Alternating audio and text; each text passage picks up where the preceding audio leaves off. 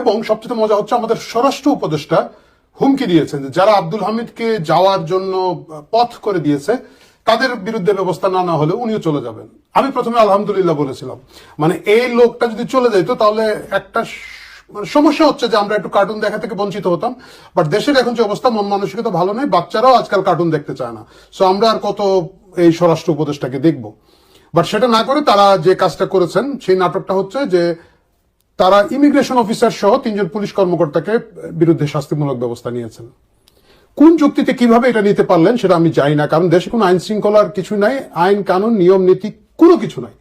যদি থাকতো, কারণ হচ্ছে সাবেক প্রেসিডেন্ট আব্দুল হামিদের বিরুদ্ধে কোনো ধরনের শাস্তিমূলক ব্যবস্থা নেওয়ার বা কোনো ধরনের তাকে দেশ থেকে নিষেধাজ্ঞা দেওয়ার কোনো আইন কোথাও নাই, কোথাও বলা হয় নাই, আদালত তাকে নিষেধাজ্ঞা দেয় নাই, সরকার তাকে নিষেধাজ্ঞা দেয় নাই। তিনি একজন সাধারণ নাগরিক এবং সাবেক রাষ্ট্রপতি হিসেবে তার যে প্রাপ্য প্রটোকল অনুযায়ী তিনি দেশ ছেড়ে যদি চলে যেতে চান, দেশের বাইরে যেতে চান, তাকে কোনো আইনে ইমিগ্রেশনের কোনো কর্মকর্তা আটকাতে পারেন না। সেই আইন অনুযায়ী কাজ করার কারণে তাদেরকে পুরস্কার করার বিপরীতে তাদেরকে তিরস্কার করা হচ্ছে, তাদেরকে শাস্তিমূলক ব্যবস্থা দেওয়া হচ্ছে। কে দিচ্ছে? স্বরাষ্ট্র উপদেষ্টা। কেন দিচ্ছে? কারণ আটকানো হলো না। আরে আটকানো যদি দরকার ছিল তো তুমি আটকালা না কেন বাধ্য? তোমাদের তো সরকার, তোমাদের আইন, তোমাদের সবকিছু, তোমরাই তো করতে পারতা, করে নাই। কারণ হচ্ছে এদের একদম বিশৃঙ্খল একটা অবস্থা হচ্ছে। ফেসবুকের বাইরে আসলে কোনো সরকার নাই, সকল সরকার হচ্ছে ফেসবুকের ভিতরে। এই যখন অবস্থা, চারপাশে যখন একটা বিশৃঙ্খল অবস্থা, তখন তারা আবার নতুন করে সেই পুরনো দাবি ব্যাগ থেকে বের করে নিয়ে আসছে। কি করতে হবে? আওয়ামী লীগকে নিষিদ্ধ করতে হবে। গুড, ভালো। আওয়ামী লীগকে এখন যে নিষিদ্ধ করবে এই দাবিটা নিয়ে কে এসেছে? আপনারা বলবেন আমি তো নাম বলতে পারি না, হাসনাত আব্দুল্লাহ। এখন আমি সঠিকভাবে নামটা বলতে পারলাম, হাসনাত আব্দুল্লাহ। বেচারা এই গভীর রাতে গিয়ে যমুনাতে প্রধান উপদেষ্টার বাসভবন ঘেরাওয়ার জন্য একটা বিপ্লবী স্লোগান দিয়েছে। বিপ্লবী স্লোগান দেওয়ার পরে লোক কতজন হয়েছে? প্রথমে একটা ছবি আমি পেলাম NCP national comedy party, national citizen পার্টির পেজে। সেটা দিয়ে আমি মানুষ গুনলাম, চোখ ডললাম, তারপরে চ্যাট জিপিটি বললাম তুমি একটু গুনে দেখো তো কতজন হয়। চ্যাট জিপিটি বললো 70 থেকে 80 জন, খুব সম্ভবত, বা 80-90 জনের কথা বলেছে। তা আমার নিজের মনেই কষ্ট লাগলো যে 70-80 জন লোক হয়েছে, এই ছবিটা দিয়ে আমি একটা ভিডিও বানাবো, দেখতেও ভালো দেখে না। তারপরে আমি সবচেয়ে বড় যে ছবিটা অনেক ঘাটাঘাটি করে একটা পেলাম, সেই ছবিটা দিয়ে চ্যাট জিপিটিকে বললাম। চ্যাট জিপিটি বললো যে 200-এর অধিক লোক হয়েছে, 300 পর্যন্ত হতে পারে।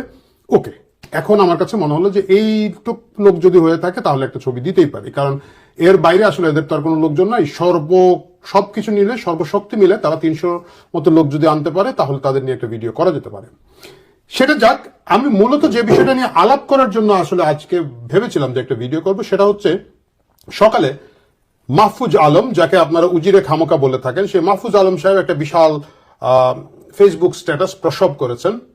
নর্মালি হয় কি, উনি আগে পালং বাদ নিয়ে বক্তৃতা দিতেন।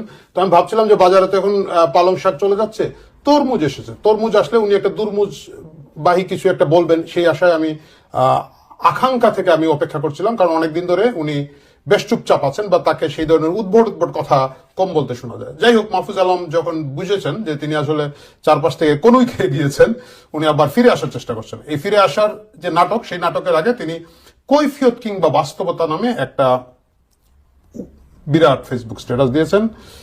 সেখানে তিনি অভিযোগ করেছেন রাজনৈতিক দলগুলো ডিসেম্বরের পরে আর সহযোগী ভূমিকায় নাই। রাজনৈতিক দল বলতে আসলে দুটো দল, বিএনপি এবং জামাত, যারা সরকারের সাথে সহযোগিতা আছে। বামরা তো কোন খেয়ে চলে গিয়েছে। আওয়ামী লীগ নেতৃত্বাধীন যে মহাজোট ছিল তাদের তো অধিকাংশ নেতা জেলে, আর আওয়ামী লীগের কথা আমি বাদই দিলাম। এরা আর কোন সহযোগিতার ভূমিকা নাই এবং সকল দায় দায়িত্ব এখন গালাগালি এদের উপরে। 3 জন নিয়োগপ্রাপ্তদের মধ্যে ছাত্র আছে মাত্র 2 জন। এই দাবিগুলো শুরু করেছেন। মানে তার দাবিটা হচ্ছে যে ছাত্র উপদেষ্টা বাড়াতে হবে, ছাত্রদের কর্তৃত্ব বাড়াতে হবে। কেন বাড়াতে হবে আপনারা সকলে জানি, ভাগে কম পড়ে যাচ্ছে। কারণ হচ্ছে এক ছাত্র উপদেষ্টার এপিএস কিন্তু মানে বিদায় করে দেওয়া হয়েছে এবং বাকিদের নামে যা সুনাম চারপাশে আছে আমি জানি যে এগুলা এখন যদি আমি বলতে যাই একটা দীর্ঘ তালিকা হবে। সে দীর্ঘ তালিকা না যায়, চুরি, বাটপারি, চাঁদাবাজি, ঠিকাদারি, সরকারের কন্ট্রাক্ট, বদলির তদবির, কিছু নাই। মানে বাপে পুতে মিলে কাজ করা শুরু করেছে। এরা একা পারতেছে না, সবাইকে ডেকে নিয়ে এসে কাজ করা শুরু করেছে। এই অবস্থায় তাদের কাছে মনে হচ্ছে যে সরকার এখন একটু পায়ের নিচে মাটি পাচ্ছে এবং তাদেরকে হয়তো যথেষ্ট পরিমাণ গুরুত্ব দিচ্ছে না। বিশেষ করে চারপাশে যে দুটো গুঞ্জন ফিসফাস শুরু হয়েছে, আমার ধারণা দুর্নীতির সুযোগগুলো তাদের কমে গেছে এবং সেই দুর্নীতির সুযোগগুলো কমে যাওয়ার কারণে তারা তাদের শক্তি দেখানোর জন্য এখন শুরু করেছে এই আওয়ামী লীগ নিষিদ্ধের নাটক।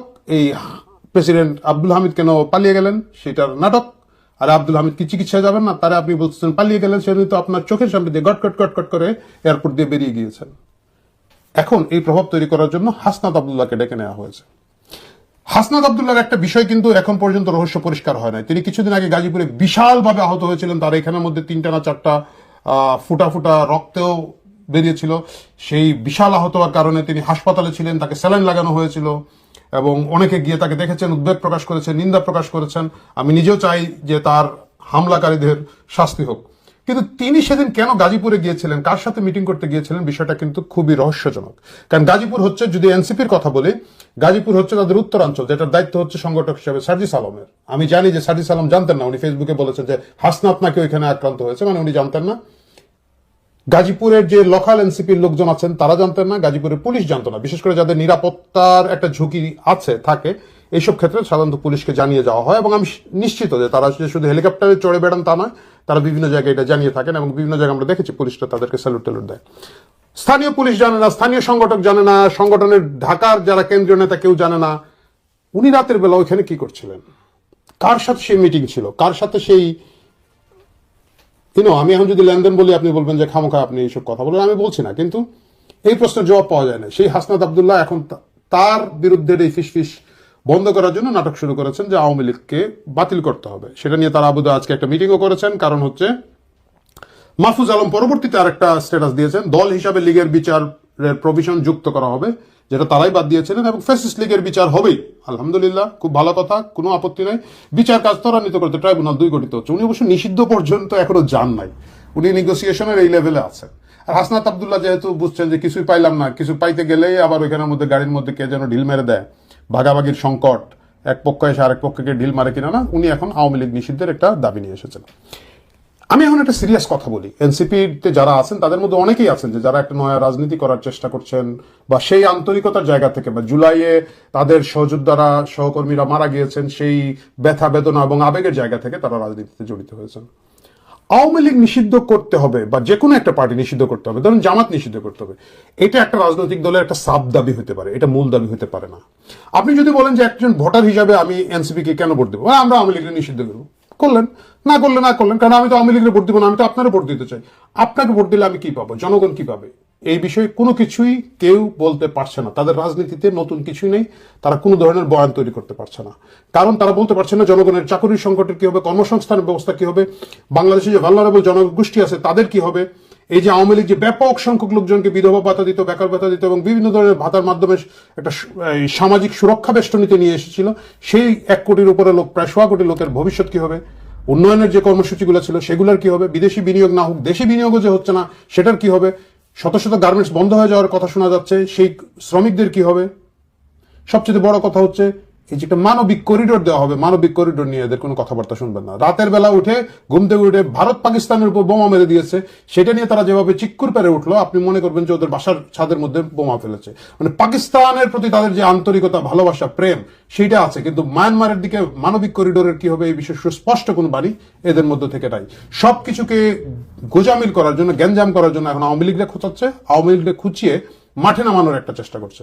আমি জানি না এই রাজনৈতিক বুদ্ধি তাদেরকে কি দিচ্ছে, এটার পিছনে কি ধরনের লেনদেন আছে, কিন্তু আওয়ামী লীগকে নিষিদ্ধ করা না করা আসলে বর্তমান রাজনৈতিক প্রেক্ষাপটে তেমন কিছু আসে যায় বলে আমার কাছে মনে হয় না।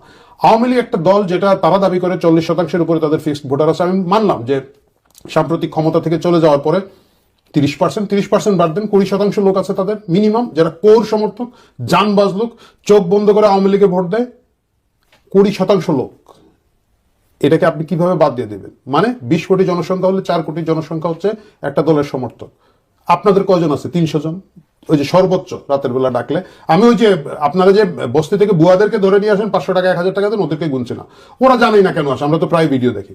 কিন্তু মূল লোক আছে আপনাদের সারা বাংলা, ঢাকা শহরে হয়তো 300, আর সারা বাংলাদেশে মিলে আর 300। এই 600 লোকের কথা শুনে আওয়ামী লীগকে যদি নিষিদ্ধ করে দেন, সেটা আওয়ামী লীগের কি আসে যায় আমি জানি না। এখন শুনেছি যে যুবলীগ নিষিদ্ধ করা হবে, তারপরে আরেকটা কি বোধহয় স্বেচ্ছাসেবক লীগ বোধহয় নিষিদ্ধ করা হবে, কোন একজন ছাত্র উপদেষ্টা না কে যেন দেখলাম বলেছেন, করে দেন।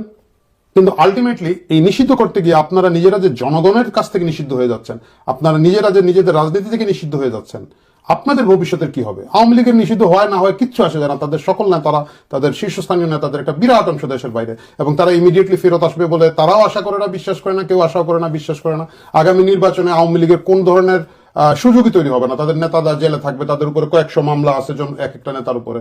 সুতরাং তারা যে খুব একটা ফাইট করার অবস্থা থাকবে, লেভেল প্লেইং ফিল্ড পাবে, সেটা আওয়ামী লীগ বিশ্বাস করে না, আমি তো নিজে বিশ্বাস করি না, কেউ বিশ্বাস করে না।